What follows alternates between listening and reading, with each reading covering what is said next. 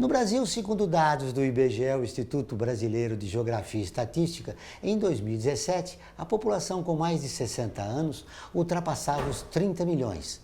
As projeções indicam que em 2060, mais de 58 milhões terão mais de 65 anos no país. Para falar sobre o tema, recebemos hoje Laila Valias, cofundadora do Hype 60+, consultora de marketing especializada no consumidor sênior. Seja bem-vindo, eu sou Joel Scala, está começando o Observatório do Terceiro Setor, o olhar da cidadania.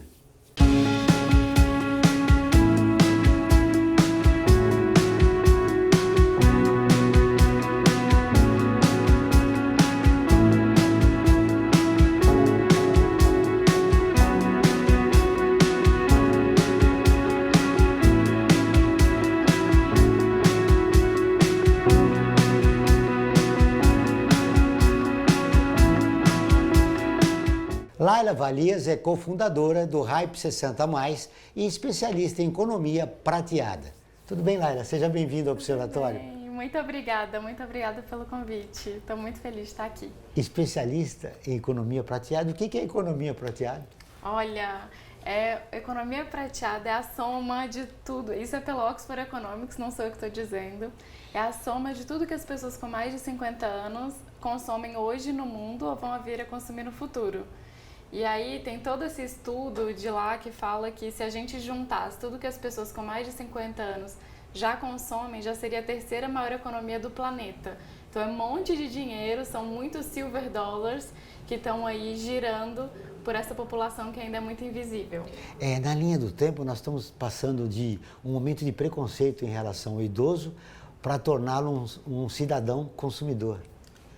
Total, é isso mesmo. É um público que ainda é muito invisível, que fala muito sobre isso, que se sente muito deixado de lado. Então, mais da metade, a gente acabou de fazer uma grande pesquisa sobre isso com eles, né, com os maduros 60+, e eles falam que mais da metade sente que falta produto, falta serviço, ao mesmo tempo que eles que são o arrimo de família, são eles que estão bancando as casas, bancando suas famílias. E as marcas ainda não estão enxergando tudo isso, né? Nem as organizações, as empresas e tudo mais. Então, é super importante falar sobre esse assunto. O perfil do idoso mudou nos últimos anos? Mudou muito, né? Assim, hoje é muito mais fácil encontrar um avô, né, na academia do que na cadeira de balanço, assim.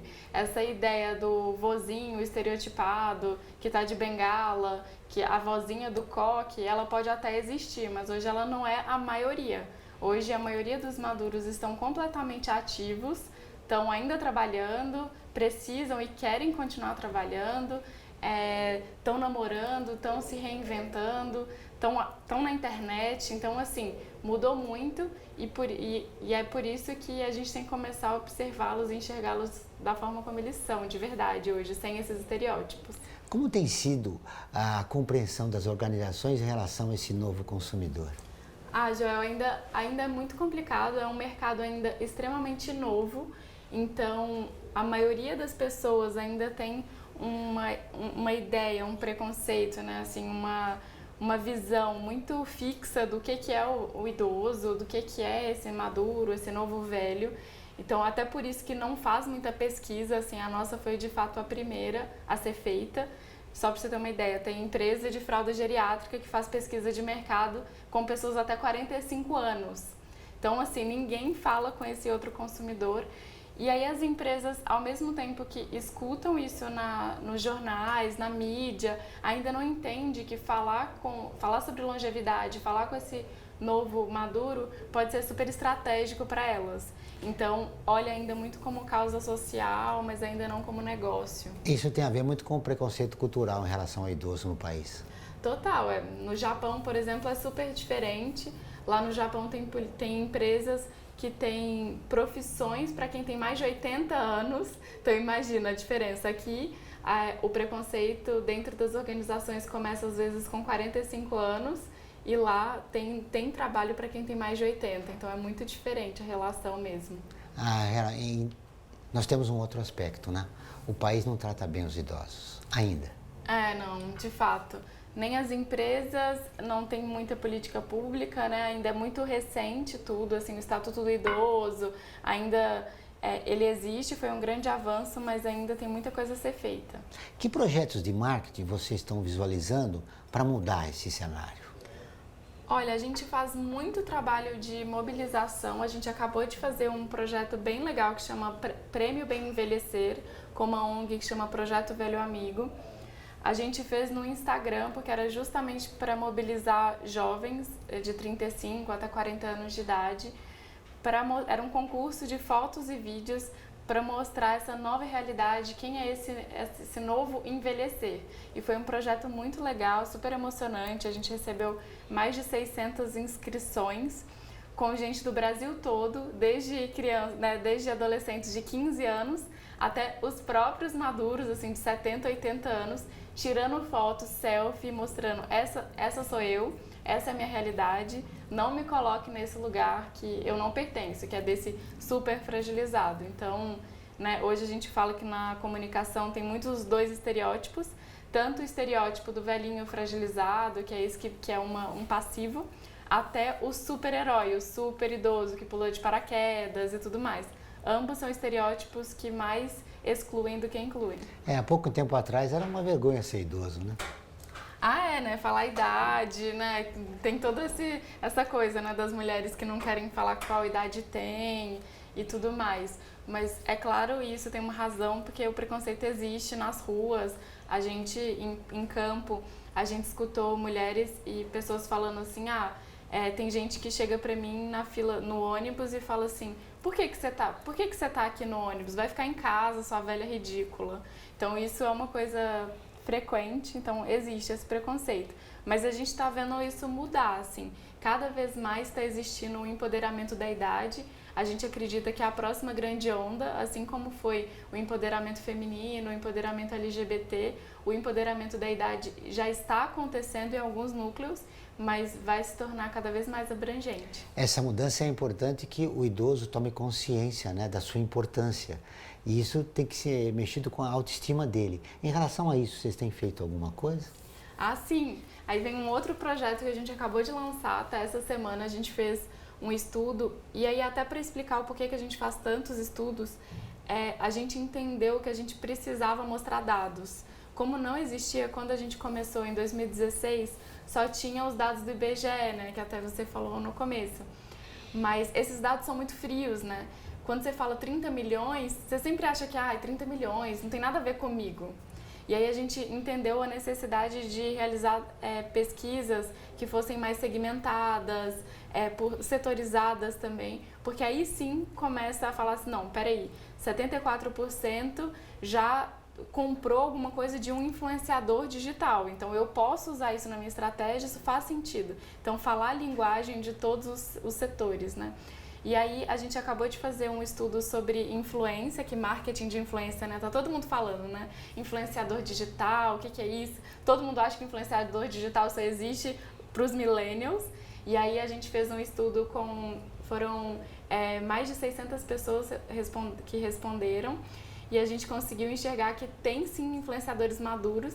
E a gente criou dentro do Hype um setor que chama Silver Makers, que é um hub de inteligência de influência para essas pessoas para esses maduros que estão criando uma nova profissão, que são de fato esses criadores de conteúdo na internet.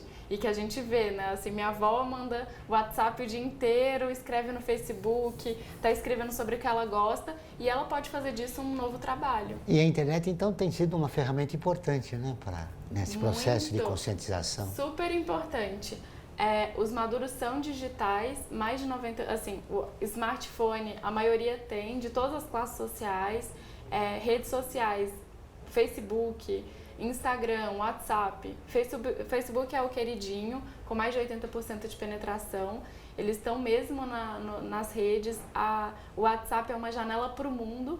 Então, o WhatsApp ajudou muito no problema da solidão.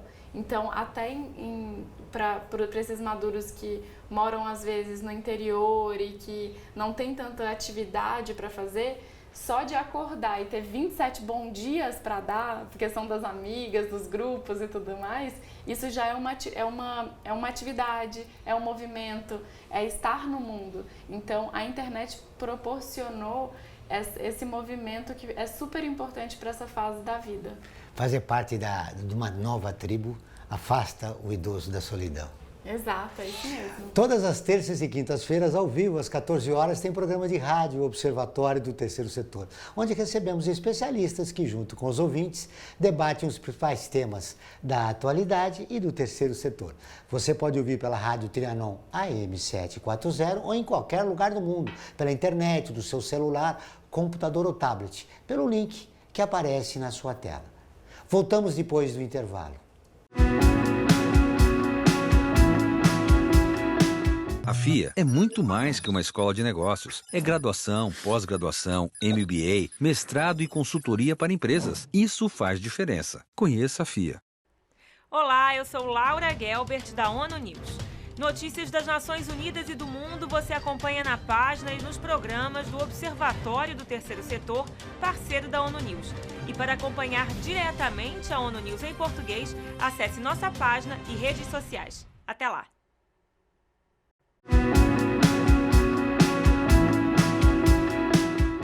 Voltamos com o Observatório do Terceiro Setor e agora vamos para o quadro Você Conhece? Ela foi uma das cientistas responsáveis pelo cálculo da trajetória da missão Apollo 11, em 1969. Mas por ser negra, tinha que usar banheiro e refeitório diferentes dos brancos na NASA. Ainda assim, deixou um grande legado para a ciência. Katherine Johnson. Você conhece? Katherine Johnson nasceu em 1918 em White Sulphur Spring, oeste de Virgínia, condado de Greenbrier. Uma entre 5 filhos, seu pai trabalhava como madeireiro, agricultor e carpinteiro no hotel de Greenbrier. Sua mãe era ex-professora. Muito cedo, Katherine mostrou talento para a matemática e seus pais enfatizavam a importância da educação para os filhos.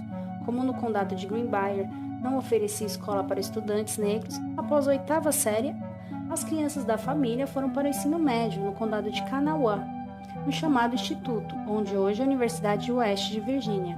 Em 1939, Katherine se tornaria a primeira negra a fazer graduação no West Virginia University, em Morgantown, e a única mulher entre 3 estudantes negros selecionados a integrar a graduação depois da decisão da Suprema Corte dos Estados Unidos, que decidiu separar as escolas e as universidades para negros e brancos. As universidades estaduais seriam instituições para brancos, e a Universidade de Lincoln deveria criar cursos para atender negros. Katherine optou pela matemática com interesse em pesquisa na área, um caminho com muitas portas fechadas para negras na época. Em uma reunião de família, um parente mencionou que a NACA, que viria a se tornar a NASA, estava com um processo seletivo aberto para mulheres, em especial para negras, para seu departamento de navegação. Katherine se inscreveu em 1953 e foi imediatamente aceita no novo time da NASA. De 1953 a 1958, ela trabalhou fazendo análise para tópicos com redução da rajada para aeronaves. Katherine e as outras mulheres negras da divisão de computação eram conhecidas como computadores de cor e sujeitadas à segregação, trabalhando comendo e usando banheiros separados de seus colegas brancos até que essa divisão fosse terminada em 1958. Katherine ainda trabalhou para a seção de controles aeroespaciais, onde calculou a trajetória do voo de Alan Shepard, o primeiro norte-americano no espaço em 1959. Calculou também a janela de lançamento do projeto Mercury em 1961. Ela calculou a trajetória da missão Apollo 11 em 1969. Em 1970, ela trabalhou na missão Apollo 13. Assim que a missão foi abortada, Katherine trabalhou nos procedimentos de backup e nas cartas que auxiliaram o retorno e segurança dos astronautas para a Terra 4 dias depois. Mais tarde, Katherine ainda trabalharia no programa de ônibus espaciais, nos satélites de observação terrestres e na futura missão a Marte. Katherine foi coautora de 26 artigos científicos. Por ser pioneira para a ciência espacial e computação, lhe rendeu diversas honrarias e medalhas, e é exemplo para outras estudantes.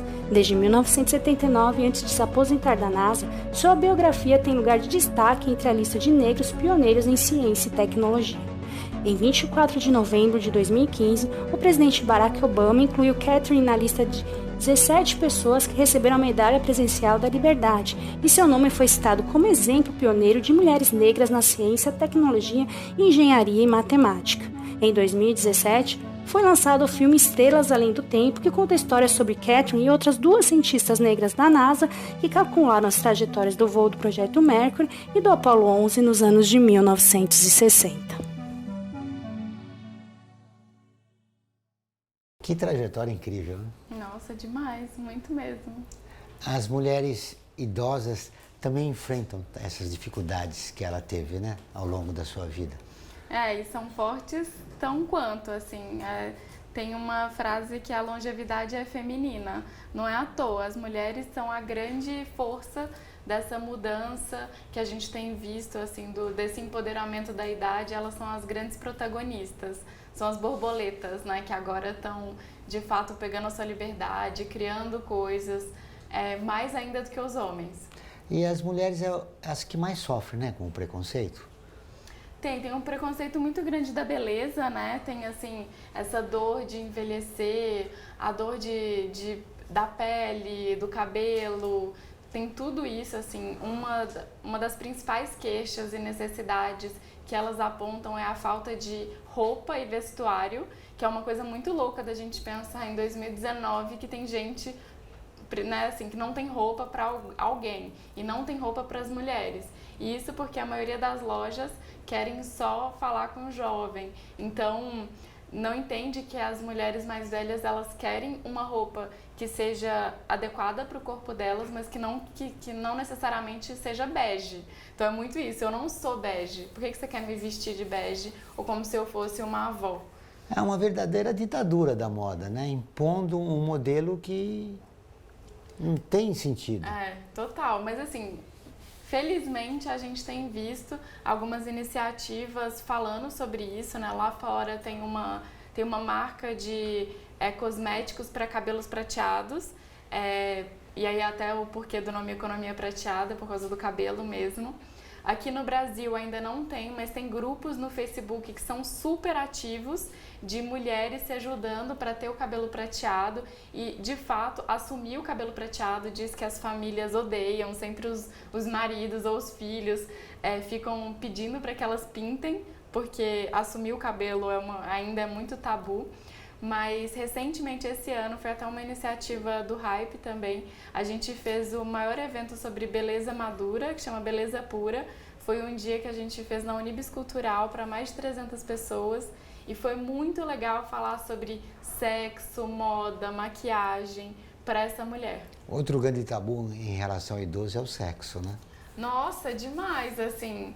Parece que falar sobre sexo não pode quando você tem mais de 50 anos, que é você parar, né?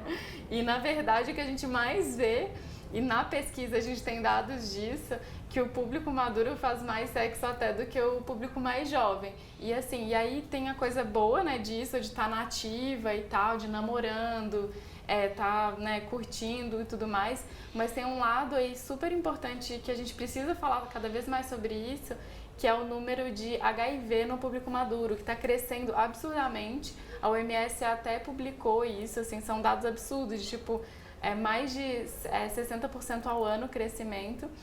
E é absurdo que não tem marca de camisinha fazendo campanha. No carnaval, ninguém coloca lá uma pessoa mais velha para falar sobre isso. É uma loucura isso, né? Realmente... É incrível o nosso país. Você já curtiu a nossa página no Facebook? Ainda não? Por quê? Ela é visualizada por mais de 700 mil pessoas toda semana. Está sempre atualizada com notícias do terceiro setor, do Brasil e do mundo. Faça como mais de 370 mil pessoas e curta a nossa página.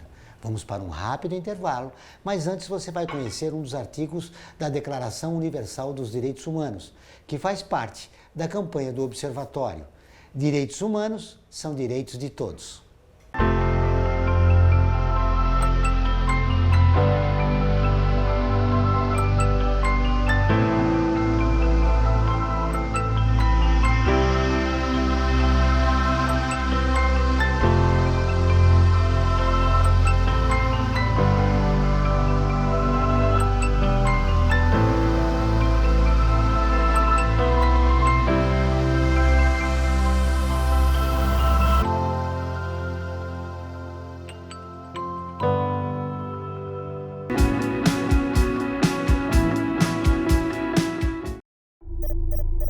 internacionalizar a economia afeta o seu emprego? Para onde vai o Brasil? Ter opinião sem análise é só repetição. Repetição, repetição, repetição, repetição, repetição, repetição, repetição, repetição. Informação é importante. Análise é fundamental. Le Monde Diplomatique Brasil. Independente e crítico.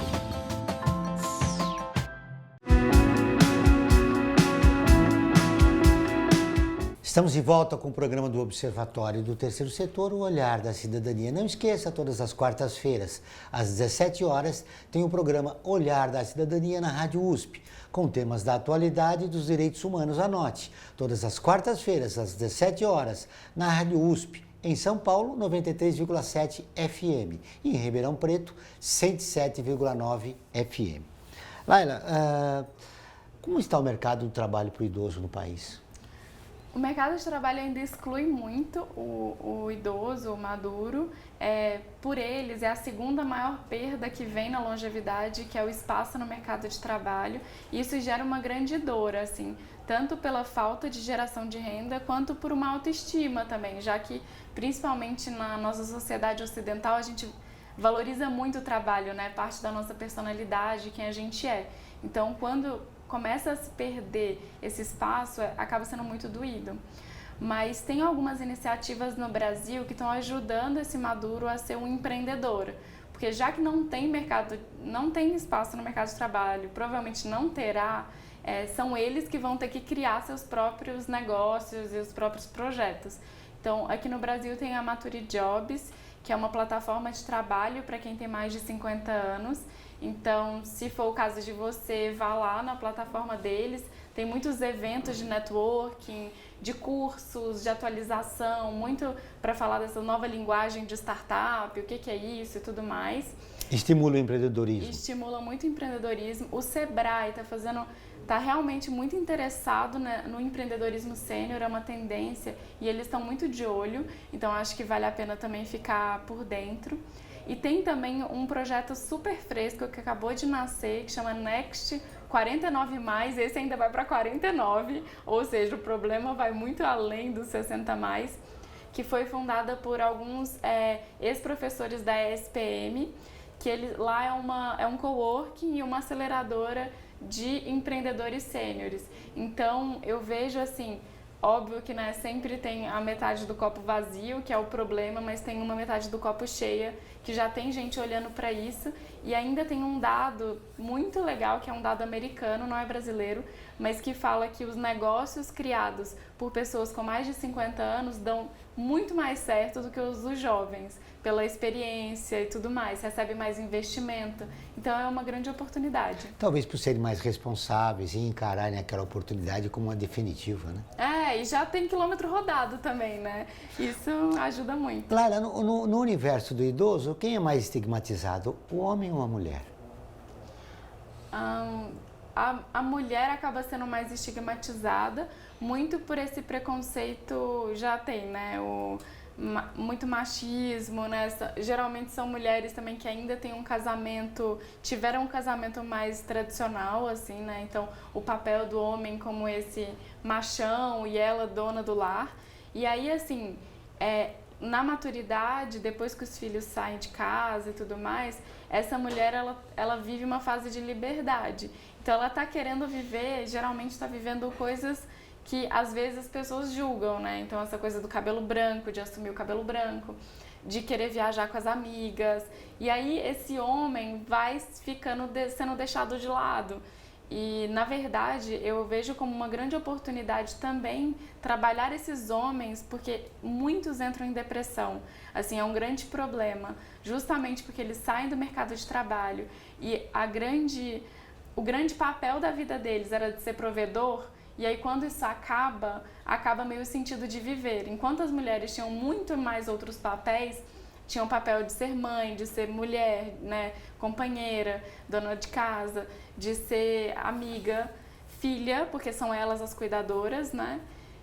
isso dá uma liberdade maior, mas os homens acabam ficando... O interessante que você falou, né? Aí houve uma inversão, né? Sim. Durante toda a trajetória de vida, a mulher foi a segunda, depois ela é a protagonista. Ela é exatamente essa inversão que acontece e que aí esses homens sofrem muito porque não sabem qual é o próximo papel. Então, assim, tem ali um período bem ali pré-aposentadoria ou até um pouco depois da aposentadoria que, assim, bate muito forte o porquê que eu tô aqui. Eu não tenho um referencial, né, que foi o que a gente estava comentando antes, assim, essa é a primeira geração que está vivendo tanto tempo, então não tem um referencial de um pai ou um avô que viveu tanto. E isso dá um desconforto, mas ao mesmo tempo é uma oportunidade, né? Então eu acho que negócios ou lazer para os homens maduros também é um desafio, tirar eles do sofá, é o que a gente sempre fala lá no Hype.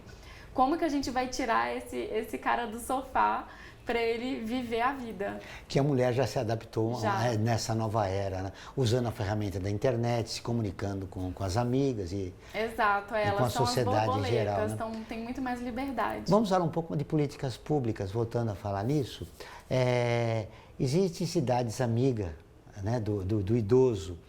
Esse movimento e esse projeto é muito importante, né, nesse processo de integração desta população ao mercado de trabalho, ao consumo.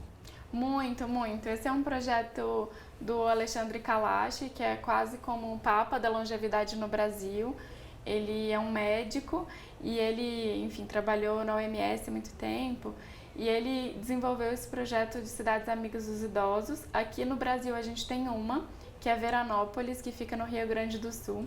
É uma cidade bem pequenininha, mas que trabalha muito bem os projetos, iniciativas para longevidade, muito numa parte de saúde, também de lazer, então de movimento, é bem legal.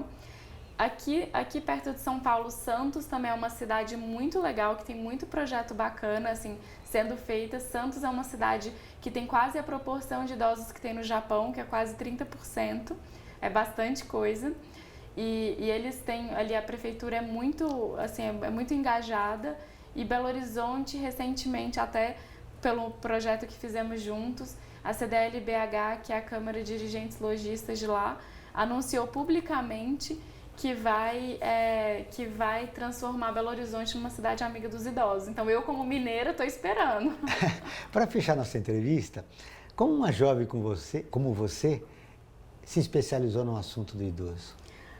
Por muitos motivos, assim, obviamente, quem trabalha com longevidade tem uma história muito pessoal com o assunto, né? No meu caso, meu pai sempre foi meu grande exemplo e minha grande referência para criar o Hype. Eu venho de família de empreendedores, ele é um grande empreendedor, então ele me inspira tanto no empreendedorismo, no impacto também, que ele é um cara que gera impacto onde ele vai, mas também na longevidade, porque ele se reinventou e se reinventa todos os dias. Que bom. Bom, o idoso que está vendo lá do outro lado você falar, como ele entra em contato e sabe das novidades que estão acontecendo, do trabalho que vocês estão realizando? Pode entrar no nosso site, que é www.hype60mais, que é HIP 60, numeral, mais.com.br. A gente tem Facebook também, então só fica por dentro que tem sempre muita novidade. Prazer em vê-la, obrigado pela entrevista. Obrigada, Joia, obrigada. O Observatório do Terceiro Setor fica por aqui. Esse e todos os nossos programas de rádio e TV estão no nosso portal, acessado por mais de 1 milhão de pessoas de 173 países. Acesse você também, observatorioterceirsetor.org.br. Voltaremos na próxima semana, sempre na luta por uma sociedade mais justa, solidária e tolerante. Até o próximo programa.